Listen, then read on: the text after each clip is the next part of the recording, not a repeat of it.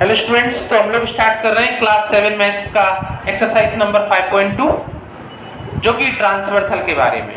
Transversal क्या होता है, सबसे पहले हम इस कंसेप्ट को क्लियर कर लेते हैं। Transversal means if two lines are parallel, two lines are parallel. What kind of lines are called parallel? Parallel lines are these which are having equidistant on each point if you measure perpendicular. अगर आप किसी भी जगह पर इसका perpendicular distance लेंगे तो सारे पॉइंट्स पर ये दोनों लाइंस इक्विडिस्टेंट होंगी, यानी सब जगह इक्वल होंगी, राइट? उनके बीच की जो डिस्टेंस है वो कहीं कम होने वाली नहीं है, पहली चीज। सेकंड चीज ये भी है कि आपको यदि ये लाइन दे रखी है और आपको पता करना है कि ये पैरेलल लाइन है, तो दूसरा अगर जनरल लैंग्वेज में बात करें तो इन लाइंस को आप कितना भी एक्सटेंड करो, चाहे तो आप इस तरफ एक्सटेंड करो दोनों लाइंस को या उस तरफ, दोनों डायरेक्शंस में आप कितना भी एक्सटेंड करें, अनलिमिटेड एक्सटेंड करें, तो भी ये लाइन कभी एक दूसरे को इंटरसेक्ट नहीं करेंगी। These lines never intersect each other. Okay, this is the main concept of parallel lines. So, what is transversal? Transversal is another line which intersects both the lines. Suppose these lines L and M are here and N is another line which is intersecting both the lines. This third line, this line N is called transversal. इस line को हम क्या कहेंगे? Transversal. If two lines are not parallel, suppose somewhere you can see like that, कि कोई non parallel lines हैं और उसको इंटरसेक्ट करने वाली कोई लाइन आ जाए, तो क्या ये भी ट्रांसवर्सल होगी? No, this is not considered as transversal. दोनों पैरेलल लाइन हो, उसको इंटरसेक्ट करने वाली लाइन होती वही ट्रांसवर्सल होती। क्लियर है? अब ये ट्रांसवर्सल का कंसेप्ट क्यों बना? इसमें बहुत सारे एंगल्स बनने वाले, ठीक है, बहुत सारे एंगल्स बनेंगे इसमें, तो इन एंगल्स के बीच में रिलेशन भी होता है। जब वन लाइन को इंटरसेक्ट करती है तो भी दो तरह के एंगल्स बनते हैं।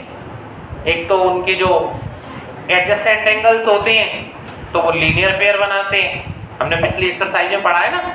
यहाँ पर एक ही लाइन को इंटरसेक्ट करे तो एक तो ये वाले एंगल्स बनते हैं पास वाले, these angles are called adjacent angles and relation is linear pair. इनका सम 180 होगा, इधर नीचे वालों का भी सम 180 होगा, इनका भी 180, here also clear।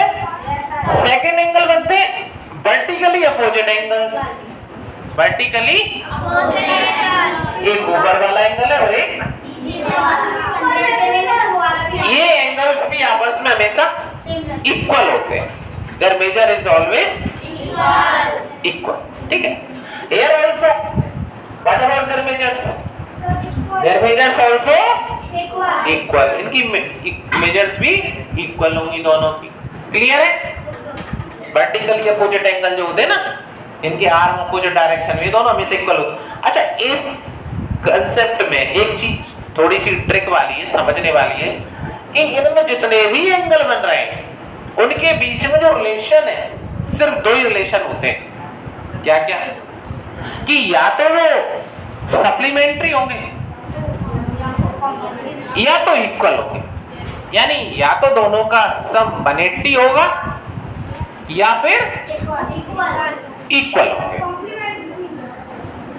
राइट? और कोई रिलेशन इनके बीच में नहीं रहेगा।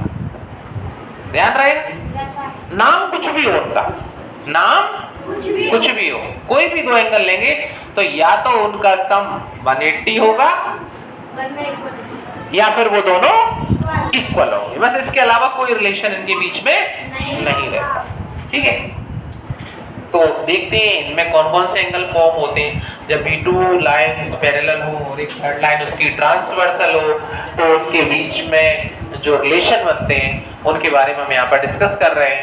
तो यहाँ पर मैं पहले तो एंगल्स फॉर्म कर दूं, कितने सारे एंगल बन रहे हैं, यहाँ भी बन रहा है, ये भी है, ये भी है। अगर इन सब में मैं नंबर दूं यहाँ से 1 2 3 4 5 6 7 8 इतने सारे एंगल्स बन गए।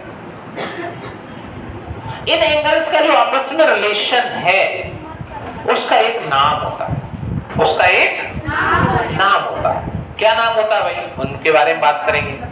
ये पास पास वाले तो सिंगल वाले एक ही लाइन के आपसी हैं, इनका तो रिलेशन हम पहले ही पढ़ चुके हैं कि भाई ये लीनियर पेयर है, ये वर्टिकली अपोजिट है, ये लीनियर पेयर है, ये वर्टिकली। लेकिन ऊपर वाली लाइन के एंगल्स का नीचे वाली लाइन के एंगल से क्या रिलेशन है, अब हम इस एक्सरसाइज में पढ़ने जा रहे हैं। ठीक है, तो देखते हैं ओल्ड बुक में और न्यू बुक में दोनों ही बुक को आप चेक कर पा रहे होंगे, है ना। तो दोनों ही बुक्स में आप देख पा रहे हैं कि पूरे क्वेश्चन है, इसमें कोई भी क्वेश्चन डिलीट नहीं है ना। आप ये चीज देख पा रहे हो, राइट। कुछ क्वेश्चंस पिछली एक्सरसाइज में डिलीट हो गए हैं, वो हमने पहले ही डिस्कस कर लिया। तो हम बात कर रहे थे कि इनके बीच में क्या रिलेशन होता है, यानी ऊपर वाले एक यहाँ पर भी क्रॉस कर रही है दोनों लाइन और यहाँ पर भी, है ना, दोनों जगह इंटरसेक्ट कर रहे हैं। ऊपर भी इंटरसेक्ट हो रहा है और नीचे, ऊपर भी 4 एंगल्स बन रहे हैं, नीचे भी। ऊपर वाले 4 एंगल्स का नीचे वाले 4 एंगल से क्या रिलेशन होता है हम यहाँ पर डिस्कस करने जा रहे हैं। ठीक है, देखते हैं। तो भाई ये जो एंगल है ना, सेम सिचुएशन पे जो एंगल होती है, सबसे पहले आप देखें ये 1 2 3 4 इधर है, 5 6 7 8 इधर। यहाँ पर सबसे इंपॉर्टेंट जो रोल है, ये 2 लाइंस के अंदर वाले एंगल्स को इंटीरियर एंगल कहते हैं और बाहर वालों को एक्सटीरियर, है ना। इंटीरियर मतलब इनसाइड, एक्सटीरियर मींस आउटसाइड। ये 7 8 1 2 ये एक्सटीरियर एंगल्स हैं और 4 3 4 5 6 ये इंटीरियर है। क्लियर? हाँ, अब हम उनके बीच में रिलेशन के बारे में बात करते हैं। ठीक है, तो बच्चों जो इंटीरियर एंगल एक ही साइड है, एंगल 4 एंड एंगल 5, एंगल 4 और एंगल 5, इनका सम हमेशा 180 डिग्री होगा। कितना डिग्री होगा? 180 डिग्री। क्लियर? 4 एंड, अच्छा सेम स्टोरी इधर भी तो है, 3 और 6 भी तो है वही। These are also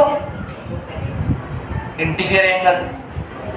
in interior angles को कहते हैं interior angles on the same side of transversal. ये दोनों एंगल एक ही साइड में है ना, और इस साइड वाले एंगल भी सेम साइड। इनको शॉर्ट में कहा जाता है को इंटीरियर एंगल। क्या कहते हैं? इन एंगल्स को कहते हैं हम लोग को इंटीरियर एंगल्स। क्लियर है भाई? ये रिलेशन पता चल गया, को इंटीरियर एंगल्स। थोड़ा सा और देख लेते हैं, को इंटीरियर एंगल्स तो हमें पता चल ही गए। अब हम बात करते हैं किसकी? ऐसे को एक्सटीरियर एंगल भी होंगे, है ना। ये 2 एंड 7 कैसे एंगल है? को एक्सटीरियर। और ये वाले भी, इन दोनों का सम भी कितना होगा? क्यों 180 होगा? बच्चों एक कॉमन कंसेप्ट भी आप दिमाग में लगा सकते हैं। यहाँ से देखो, देखने से पता चल रहा है ये एंगल कैसा है, एक्यूट है, और ये कैसा है? जब एक एक्यूट एंगल है दूसरा ऑब्ट्यूस एंगल है, तो ये तो पक्की बात है इक्वल होने वाले तो वो नहीं है। जब इक्वल नहीं है तो मैंने कहा कि इसमें दो ही कहानियां होती है इक्वल कि या तो इक्वल होते हैं या फिर सप्लीमेंट्री होते हैं। तो इक्वल नहीं दिख रहे, इसका मतलब क्या है? सप्लीमेंट्री। क्लियर है? इसमें नाम भले याद ना है, बट आपको कम से कम ये पता चल जाएगा कि एक एंगल अगर दे रखा है और दूसरा आपसे पूछा जाए तो आप फाइंड कर सकते हैं। क्लियर है? तो देखेंगे 1 and 8 भी को-एक्सटीरियर एंगल हो गए। 1 + 8 का सम भी कितना हो जाएगा? 180। 7 and 2 का भी कितना एंगल टोटल आ गया? 180। इसको को-एक्सटीरियर एंगल भी कह सकते हैं और एंगल्स यहां पर ये भी लिख सकते हैं, एक्सटीरियर एंगल्स। एक्सटीरियर एंगल्स आप ये नोट करते जाइएगा। On the same side of transversal, है ना, ये भी लिख सकते हैं। मैंने दो तरह के नाम लिख दिए, राइट? दो तरह के नाम इसलिए लिखे मैंने ताकि आपको ये क्लियर हो जाए कि ये नाम भी चलते हैं इसके और ये वाले नाम भी चलते हैं, है ना? क्लियर है? यहां पर क्या लिखते हैं हम? अगर यही वाली लाइन हमको इसके बारे में लिखनी होती तो interior angles on the same side of transversal, इसको हम ये कहते। समझ गए? बात आ रही समझ में? Interior angles on the same side of transversal, exterior angles on the same side of transversal. Clear है? अच्छा जी, ये बात तो हमको समझ में आ गई। ये दोनों सेम साइड नहीं है भाई, है ना? ये दोनों है सेम साइड, ये भी ध्यान रखना। 4 and 5 कहाँ है? Same side. 3 and 6 कहाँ है? सेम साइड, है ना? ये अलग स्टोरी है, अलग स्टोरी। ऐसे यहाँ पर भी 1 and 8 same side, 2 and 7 same side है ना, एक ही साइड है दोनों, सेम साइड, राइट? ये ट्रांसवर्सल है, वो इसी के बारे में बात कर रहे हैं, विंडो लाइन के बारे में बात नहीं कर रहे हैं। क्लियर है इतना? अब कुछ और चीजें भी देख लेते हैं। क्या? कि इसमें कुछ और एंगल्स भी आते हैं। यदि एक आप यहां पर देखें कि ये भी कैसा है, ऑब्ट्यूज एंगल है, और ये भी कैसा है, लेकिन एक बाहर है और एक अंदर है। दोनों ऑब्ट्यूज है, मतलब दोनों इक्वल होंगे, ये तो दिमाग में आ गया। क्योंकि हमने आपको सिर्फ यही बात बताई है कि एंगल्स या तो आपस में इक्वल होंगे या फिर सप्लीमेंट्री होंगे, है ना? तो दोनों ही ऑब्ट्यूज हैं, इसका मतलब क्या हुआ कि दोनों इक्वल है। अब एक बाहर है और एक अंदर है। One is inside and other is outside. बच्चों करस्पॉन्डिंग का मतलब जानते हो? करस्पॉन्डिंग करते हैं ना हम लोग, कहाँ करते हैं करस्पॉन्डिंग? कभी वर्ड सुना है करस्पॉन्डिंग? कब होता है करस्पॉन्डिंग? रिस्पॉन्ड कोई कब करेगा? जब आप उससे कुछ कहोगे, है ना? उसी का नाम तो रिस्पॉन्डिंग होती है कि भाई रिस्पॉन्स दे रहा है या नहीं दे रहा, है ना? The person you are calling is not responding, है ना? मतलब रिस्पॉन्स नहीं दे रहा। तो कब होता है ऐसा काम? कॉल कब करते हो आप? कब कॉल करते हो? अरे पास में बैठे हुए कॉल कर लोगे क्या? जरूरत ही नहीं। जब एक घर के अंदर हो और दूसरा घर के तभी तो कॉल करोगे, तभी ये पार्ट सुनाई देगा आपको अगर उसने फोन नहीं उठाया। The person you are calling is not responding, है ना? Please try later. तो रिस्पॉन्डिंग कहाँ नहीं हो रही? और रिस्पॉन्डिंग कब हो जाती है? जब कॉल कोई पिक कर ले तो रिस्पॉन्डिंग, है ना? अपने ही भाई होगा बाहर तब तुम कॉल करेंगे, वरना अपन को दुनिया वालों से क्या लेना देना, है ना? अपने ही लोगों के लिए तो कॉल करते हैं, अपने ही लोग यानी अपने जैसे ही, अपने इक्वल ही होंगे वो तो भाई ये भी आपस में इक्वल है, इसलिए भले वो एक बाहर है और एक अंदर है। One is in at exterior and another is in interior, still they are equal, right? जब बाहर होता है कोई और हम अंदर होते हैं तभी उसे करस्पॉन्डिंग करते हैं, ना? करस्पॉन्डेंस भी होता है एक वर्ड। करस्पॉन्डेंस वर्ड का मतलब होता है पत्राचार करना, लेटर लिखना, है ना? तो लेटर कब लिखेगा कोई इंसान? जब कोई अपना बाहर हो और हम अंदर हो, है ना? और इक्वल हो। तो इसलिए इन वाले एंगल्स को हम लोग कहते हैं करस्पॉन्डिंग एंगल्स। इन एंगल्स को क्या कहते हैं हम लोग? इक्वल है, एक बाहर है और दूसरा अंदर, इसलिए इनको हम क्या कहते हैं? Corresponding angles. क्लियर है? तो 1 एंड 5 क्या हो जाएंगे? Angle 1 is equal to angle 5, they are corresponding angle. Clear है भाई? और कहां दिख रहे हैं आपको corresponding angles? Very good. 3 and 1 and 5, 2 and 1 by 1 please. हाँ आप बताओ। वेट, उसको रिप्लाई करने दो। 2 एंड हम ऑर्डरली चले थोड़ा सा, है ना, तो अच्छा लगेगा। 3 एंड 4 एंड वेरी नाइस। ये सबके सब क्या है? करस्पॉन्डिंग एंगल्स है, और ये आपस में क्या होंगे? इक्वल हो। क्लियर है? बात समझ में आ गई? कोई नई बात? सिर्फ 2 तरह के एंगल मिले हमें। कौन कौन से? करस्पॉन्डिंग, और दूसरे कौन से बात की? को इंटीरियर एंगल्स। तीसरी कौन सी की? को एक्सटीरियर, है ना। इन तीनों की प्रॉपर्टीज आप लोग अच्छे से लर्न कर लेंगे। इसके आगे की पढ़ाई हम नेक्स्ट पीरियड में करेंगे। Thank you. एक बार फिर से समझ लेते हैं इन्हीं एंगल्स को कि ये एंगल जो अंदर भी हैं और साथ साथ में भी, that's why these are called को इंटीरियर एंगल। तो इनका सम कितना होगा? 180 डिग्री। को इंटीरियर एंगल्स का सम 180, राइट। अच्छा, को इंटीरियर तो ये भी है, 3 एंड 6, तो इनका सम भी कितना हो जाएगा भाई? 180। और इन एंगल्स को क्या कहेंगे आपस में?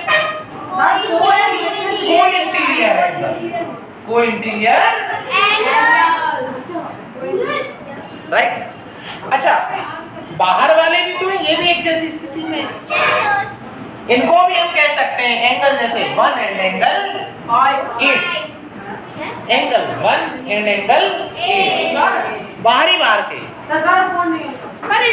बात सुने जरा ध्यान से, इसके पहले कि आप आंसर दें पहले समझ लें, है ना। ये वो दूसरी क्लास है, वो जिसमें मैंने अभी इसका पिछला पार्ट किया था, वो दूसरी क्लास थी, ठीक है। इसलिए हम इसको एक बार रिवाइज कर रहे हैं। तो एक या तो साथ सहयोग करने वाले या तो अंदर रहेंगे या तो बाहर रहेंगे। तो ये बाहर वाले हैं, एक्सटीरियर हैं, लेकिन एक ही साथ हैं। That's why these are called co-exterior angle. अच्छा, इनका एक और नाम हो सकता है, मैं दूसरा नाम यहाँ लिखना चाह रहा हूँ। इनका सब एक ऑब्ट्यूज एंगल है, दूसरा एक्यूट है, तो पक्की बात है कि दोनों का सम 180 होगा। इस साइड भी वही सेम स्टोरी है, इस तरफ भी सेम स्टोरी है। एंगल 2 प्लस एंगल 7, इनका सम भी कितना होगा? 180। इनको आप कोई एक्सटीरियर एंगल भी कह सकते हैं। और एक और बात कहते हैं जो मैं यहाँ लिखने जा रहा हूँ, क्या कहते हैं? Angles on the same side of transversal. ठीक है, ये वाले जो एंगल है वो कैसे? एक्सटीरियर एंगल है। आप ये रिलेशन भी लिख सकते हैं, एक्सटीरियर एंगल्स, नोट करेंगे सब बच्चे, exterior angles on the same side of transversal. Same side of transversal, है ना। ये ट्रांसवर्सल के सेम साइड में और कैसे हैं? एक्सटीरियर है।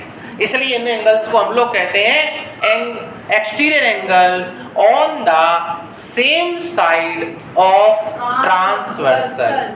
क्लियर? सूरज नोट कर लो इसे, है ना, राइट। इनको क्या कहते हैं? अगर ऐसी बात, अगर ये लंबा आंसर इसका लिखना होता तो एनीवन कैन रिप्लाई। अगर मैं इनको कहता हूं exterior angles on the same side of transversal, तो इन एंगल्स को मैं क्या कहता? हाँ बताओ प्रतिज्ञा।